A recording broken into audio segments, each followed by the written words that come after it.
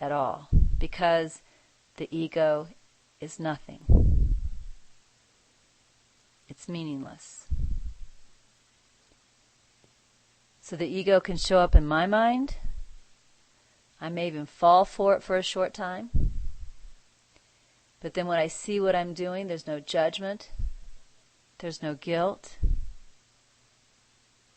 Because it's unimportant. It doesn't matter. And that allows me to shift into listening to Holy Spirit again very easily. It's difficult to move back into Holy Spirit if I've judged myself for listening to ego.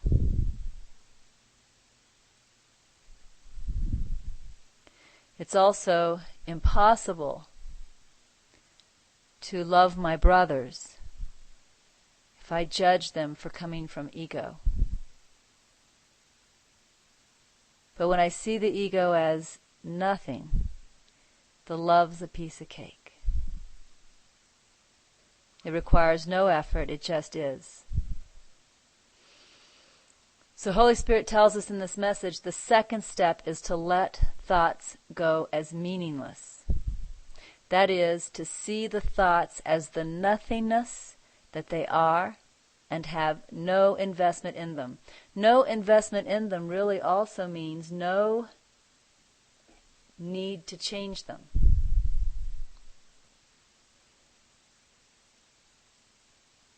No need to fix it. It doesn't mean that, if I see ego in me, as soon as I see ego in me, I'm going to become aware, and I'm going to want to stop listening to it. But what might happen before that shift is completely made is that there still may be 5 minutes, I'll say, of kind of making the shift, of shifting from the ego to the spirit. But if I don't have this need to fix that we're talking about, I can accept that 5 minutes of shift. It's kind of hard because we're talking about need, and now we obviously have a desire. I have a desire to shift back into spirit, but it's not the same thing as that need to fix that comes from a judgment of bad or wrong. So I have that desire to shift back into spirit, but I can be patient for myself if it seems to be a bumpy getting out of that ego thought back into spirit. Because there's no need that comes from judgment. And I can also, again, be absolutely patiently loving with my brothers. I don't have a need for them to change.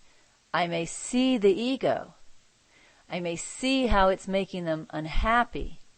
I may have a loving desire for them to place the ego aside and listen to spirit, because I know what that will do for them. But it's not the same as that need to fix, that need for them to be different now. It's another level of detachment, where I have no investment at all in the thoughts, which includes no judgment against them. So again, Holy Spirit says the second step is to let the thoughts go as meaningless. And I really want to highlight the word meaningless, because so many of us have difficulty accepting that the ego is meaningless. What we do is we see it as bad. And that's the ego. The ego judges the ego as bad. The spirit sees it as simply not true. Meaningless. The second step is to let the thoughts go as meaningless. That is, to see the thoughts as the nothingness that they are and have no investment in them. This is another level of detachment, a step away from observing.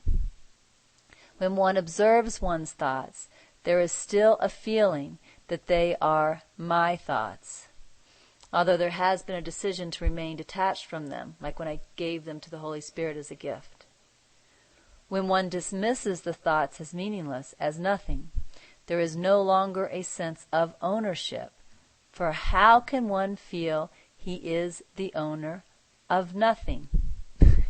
I see everyone's commenting on the dog Yeah, I don't know what the dog's barking at. She ran upstairs barking, so I have no idea. But there are people up there, so if there's something to be taken care of, I'm sure they'll handle it. Let's go on to what Holy Spirit says next. From this, from this seeing the ego is meaningless, from this, a space is created in the mind. This is a space that says, I do not know what I am. And with this, an opening is created to realize that which you are. This is the experience of oneness. In your world, this may be called the experience of enlightenment. This is where your real joy comes from. It comes from the experience that cannot be denied because you have chosen to accept it.